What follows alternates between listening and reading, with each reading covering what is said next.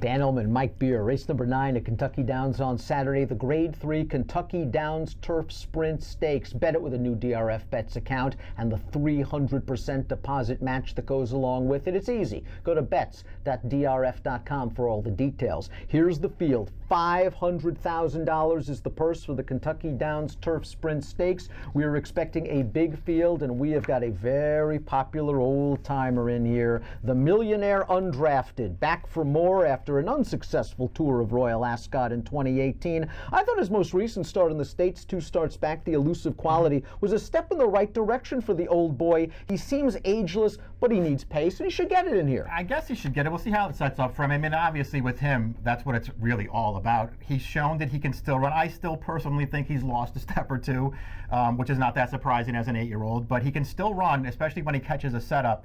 It's just, you know, a question of will he get it, and then will he get a clean run into it. If he gets it, he'll come running at the end of this race. I'm not going to bet him in this race, Dan, but I can understand people who like it. And that's really always the question with horses like undrafted one-run closers. They need pace, but they also need a little bit of luck to help out their kick in the end. Blind Ambition, you know I'm his biggest fan. The number 5 gate-to-wire winner over undrafted in the Elusive Quality back on April the 28th. Then he caught Disco Partner in the Jaipur, and we know the good Disco Partner is tough. In the Forbidden Apple, I mean, he stumbled, he rushed against Voodoo Song. That wasn't going to work out. Last time out in the Troy, I thought he ran okay. Todd took the blinkers off, and I think it was a conscious effort to get him relaxed, and it worked. Yep. And he came with a good run. Sandy Slew out-finished him. I think Blind Ambition is okay. I think this distance is perfectly fine for him. He's very logical. I mean, I agree with all that stuff. You know, we'll just see what happens. I thought, you know, last time he ran well. Sandy Slew, he unfortunately got injured in that race, but he was razor sharp heading into that one, and Disco Partner was also in that race. I guess he didn't seem like he really liked that soft turf in there, so he didn't fire his best shot. That's not to take anything away from what this horse did. I like him. I think he's a contender in this race, and I think he can get a good trip in this race. He's just one of those horses, you know, as one of the shorter prices on the morning line. I'm not sure how much I love him, because the races where he's done well are all races where things have really, really gone his way. Loose on the lead in that Elusive Quality, a big fast pace to set him up on his other turf win, and then last time with the soft ground and Disco Partner not firing. Let's take a look at the Timeform U.S. pace projector for this Kentucky Downs Turf Sprint Stakes. We're expecting some scratches out of this. The 11 Master Marion, he ran at Kentucky Downs on Thursday. Maniacal, the 10, is cross-entered on Sunday. He might scratch out. You can always go to timeformus.com after scratch time and get the updated pace projector. I wouldn't be surprised if the 12 Done Deal is just sent on a mission. This is a horse that was entered in the Vanderbilt off just a visually impressive win in the Iowa Sprint on dirt 2 starts back, but he's a perfect 2 for 2 on turf, and when he did win 3 starts back on the grass, he did it over a course with cut in the ground. We're expecting rain at Kentucky Downs on Saturday, and he beat a couple of minor next out winners. I think he's good, and if they leave him alone, he can make him pay. Yeah, I kind of agree with all that stuff. I mean, I like his 2 turf races well enough. I think he sort of had soft trips in those 2 races, I felt like. I like the way that he goes on turf. It looks like maybe he's even a better turf horse than he is a dirt horse, and he's pretty good on dirt. I just wonder what kind of trip he can get in here, Dan, and I also wonder, how far do you think this horse wants to go? I look at his 2 turf races. They were at 5 and 5.5, and both of those races, he was getting pretty late in those races. I wonder how far this horse wants to go. And you can argue the 6.5 at Kentucky Downs plays longer with the undulating courses, etc. But if a horse like Jazzy Times, the 8, lets him go, maybe he'll get away to an easy lead. Great trainers like Bob Baffert, Brad Cox, solid trainers like Steve Hobby couldn't figure out what Jazzy Times wanted to do. It took Wes Hawley, winning at 21% this year, a really good trainer, to, hey, let's try this horse on the turf. Let's sprint him. The result, 2 races, 2 wins, 92 buyers, and listen, he's in really good form right now. Yeah, nothing to knock about his last 2 races. He obviously handles turf. He does not need the lead to win, so he can get the right trip in this race. It's just a question of how he fares against some, let's just say, better horses. He beat a pretty good horse last time, an Extravagant Kid. There's nothing wrong with that horse, but now I think he's facing even better competition. White Flag scored at 2-5 last time out for Christophe Clement. The 5th place horse came back to win on dirt with a 92 buyer speed figure.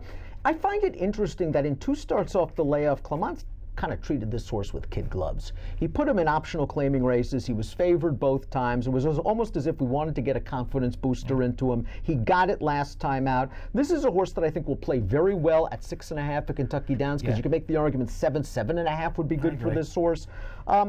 I really don't have a ton of knocks. I know you've never really been a big fan. Yeah, we'll see what happens. I'm with you on the distance thing, though. The trip that's coming for him is probably going to be a good one, and the distance for him, I think, is a really good thing. I mean, this almost hits him right between the eyes. I'm just not a huge fan of his. I mean, I don't really care that much about his 2 races so far this year. I think they were prepping him first time back. You know, he got it done last time. I wasn't blown away with that performance. I think he has to run better than that against this field.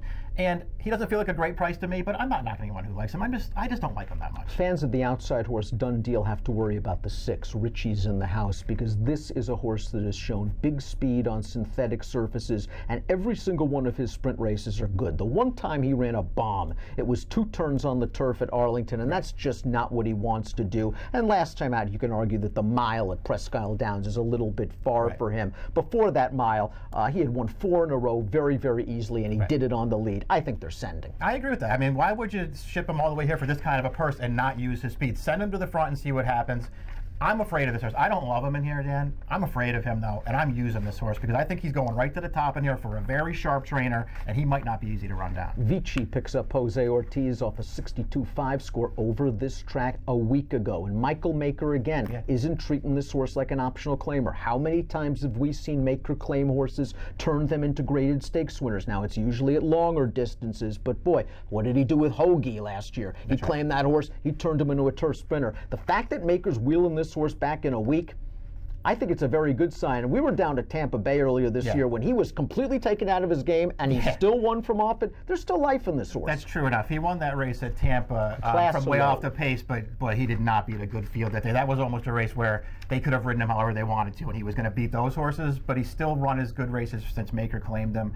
I think he fits okay in this race. I think he's in a little bit tough here. I think he's facing some horses who are probably better than him, but trips can work out, and Maker's a really, really sharp guy. Will Chesney's a really honest horse coming off a stakes win at Gulfstream Park that just might be up against it. He's running against horses that regularly buy her in the 90s. He's yet to buy her higher than 86, but he's going the right way. He's going the right way. He's got enough tactical speed to get a good trip in this race. The question for him is, like a lot of these horses, 6.5, man. He's a 5 furlong turf sprinter. He's stepping into a whole different world here. Let's take a look at our top selections for the Kentucky Downs Turf Sprint. You like the horse that I picked on Thursday at Kentucky Downs, the number 1 Conquest Panthera. And I understand why Mark Cassie's running here, because as Cassie said in the race advance, again, the 6.5 plays a little bit longer. He's probably better at that 7.5, 1 mile. Conquest Panthera last time out ran in the Lure Stakes, and that was a race where the pace completely fell apart. The last run was the best run. I think Conquest Panthera made the first run into the teeth of that pace, made the lead, and then held on just fine. And the second and fourth place finishers came back to run 3-2 in the Bernard Baruch respectively with a 102 buyer. He's a very logical contender. Yeah, I mean, it just feels like the right kind of race for him. I mean, I've always liked him going a little bit shorter than this. He ran fine last time in the Lure. That's probably a little far for him anyway, but you're right. He made the first move into that race.